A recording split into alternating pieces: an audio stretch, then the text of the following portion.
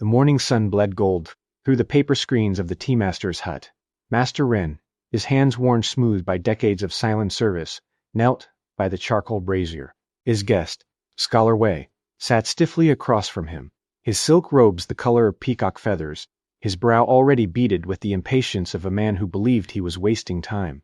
Wei had traveled 3 days to this mountain village, not to learn, but to confirm. He had read every sutra, memorized every koan, debated in the emperor's own courts. He had come to test the old man's reputation, to prove that wisdom was simply a matter of accumulation. Master, Wei began, adjusting his sleeves, I have studied the Heart Sutra in 17 commentaries. I have mastered the dialectics of Nagarjuna. I have even composed my own treatise on the nature of emptiness. Tell me, what could you possibly add? Master Ren said nothing. He lifted the iron kettle, its whistle a soft sigh, and poured steaming water into a clay teapot. The fragrance of aged oolong curled between them like a ghost. Wei pressed on. I understand that you teach by silence, but silence without substance is merely absence. I have come for essence, not theater. The master nodded slowly. He reached for Wei's cup, a delicate porcelain thing, gilded with dragons, and began to pour. Wei watched as the amber liquid rose. He waited for it to stop at the customary halfway mark. It did not. The tea climbed higher, past 2/3, past the brim, until it pooled over the lip, and ran in brown rivulets, across the lacquered tray, soaking the sleeves of Wei's peacock robes. Stop. Wei jerked back, his voice cracking. It is full. No more will go in. Master Ren set down the pot. His eyes, the color of rain-soaked stone, met Wei's. You are like this cup, he said, his voice softer than the steam. You arrive so full of your own commentaries, your own dialectics, your own treatise on emptiness, that nothing I pour can reach you. How can I show you the moon when you are already blinded by your own torch? Wei bristled. That is a tired metaphor.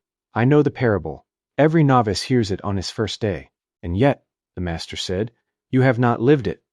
He took Wei's cup, dried it with a linen cloth, and set it back on the tray, empty, gleaming, innocent.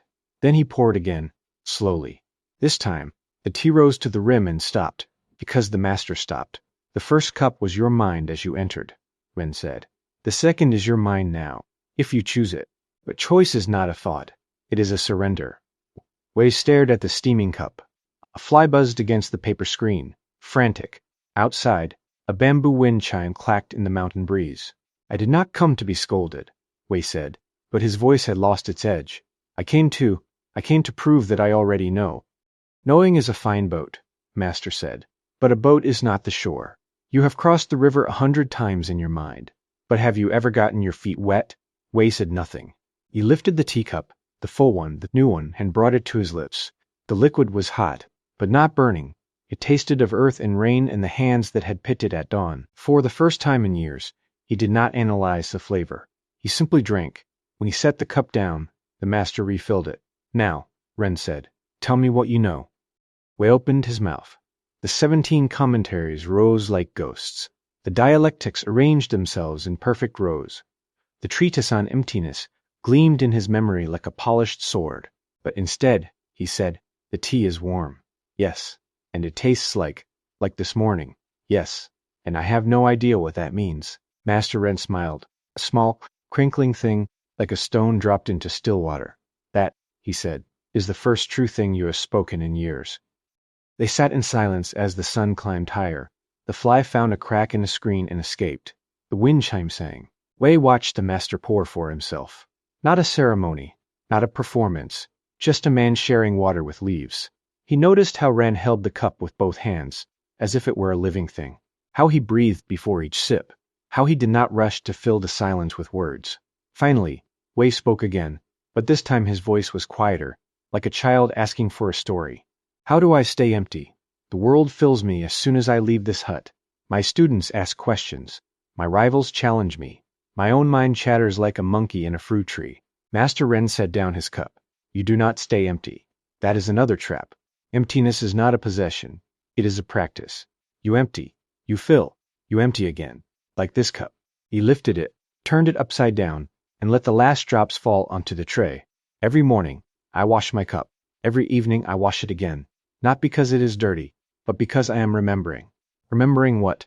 That I am not the cup. I am the one who pours. and the one who drinks, and the one who washes. All three. None of them. Wei felt a strange looseness in his chest, as if a knot he had carried for decades had begun to untie itself.